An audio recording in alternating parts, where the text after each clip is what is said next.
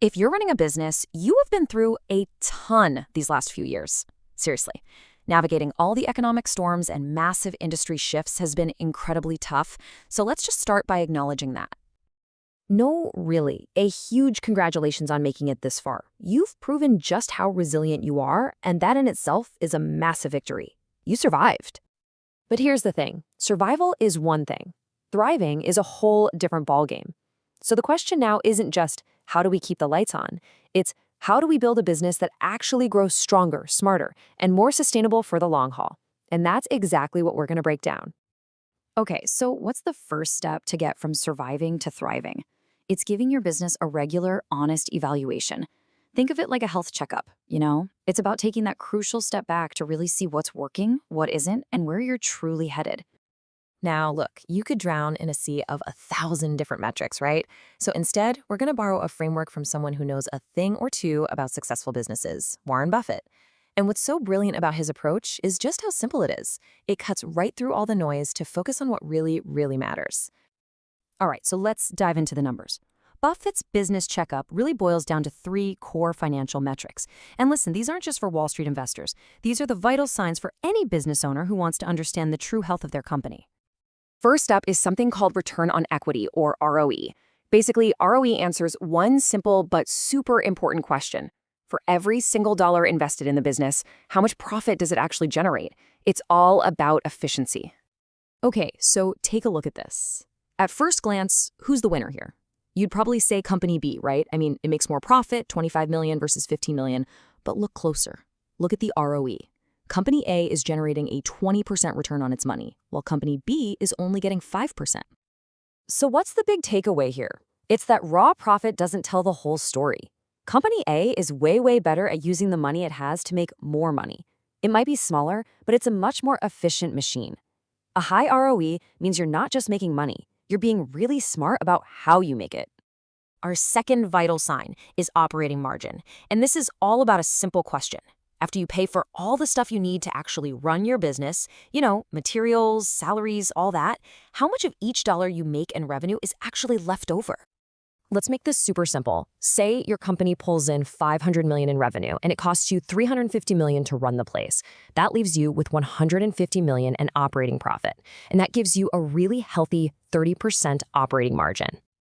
So why do we care so much about this? Because that margin, that's your financial shock absorber. It's your bumper. When some unexpected crisis hits the economy, that margin is what protects you. But it's more than that. It's your freedom. It's the cash that lets you innovate, experiment, and grow. It's literally the fuel for your future.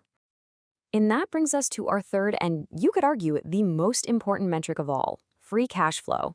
This isn't some imaginary number on a spreadsheet. This is the actual cold, hard cash your business has left after paying all the bills and investing in its future. This is the money you can actually hold in your hand and use. And figuring it out is actually pretty simple. You just take the cash your operations brought in this case, $500 million, and you subtract what you spent on big investments, like new equipment. After that $200 million investment, what's left is your free cash flow, a cool $300 million. And that right there is why free cash flow is so incredibly powerful. A business with strong, positive free cash flow is financially independent.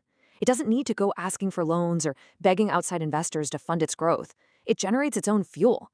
And let me tell you, that is a position of incredible strength. Okay, so we've dug into the numbers, but you and I both know that a great business is so much more than just a strong balance sheet. Now we need to look beyond the financials at the other stuff that's just as crucial for success in the long run. First, let's talk about your people. A huge sign of a healthy company culture is low employee turnover. I mean, check this out. A turnover rate of less than 5% over 3 years, that does not happen by accident. It happens because you have a healthy, engaged, and productive team that wants to stick around. So how on earth do you achieve that? Well, it's not some magic bullet. It's about creating an environment where people feel valued and empowered. You do that with things like efficient workflows, investing in their skills, and giving them real opportunities to innovate. It all adds up to a place where people can truly do their best work. All right, next up, your product. And this is a big one.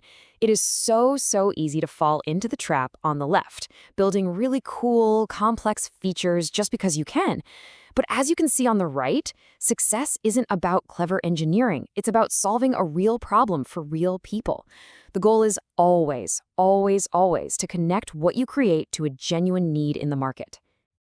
And finally, let's tackle a phrase that makes a lot of business owners a little queasy: the exit strategy. I know, it sounds negative, right? Like you're already planning to fail or just quit. But that's just a total misunderstanding of what it is. A smart exit strategy isn't about giving up. It's about having a plan B, and a plan C, and a plan D for every possibility. What if things go incredibly well? Do you sell? Go public? What if the worst happens? Thinking through these paths from day one helps you make clearer, smarter decisions every single day. Shoo! Okay, we have covered a lot of ground, right? From the nitty-gritty financials to the health of your team. So let's pull this all together into a simple blueprint you can actually use for your own business checkup. Here it is, your 3-step plan to go from just surviving to truly thriving. Step 1, master your metrics. Get a handle on your ROE, your operating margin, and your free cash flow. Step 2, assess your people and your product. Is your team healthy? Do you really have product market fit? And step 3, always have a plan B. Think through those exit strategies for every possible future. And that really brings us to the final, most important question. The hustle, the grit, the long hours, that's what got you here. You survived. But to thrive, the goal can't just be to work harder. The real question is, how will you work smarter? By regularly checking these vital signs we've talked about, you can make sure all that hard work is pointed in exactly the right direction.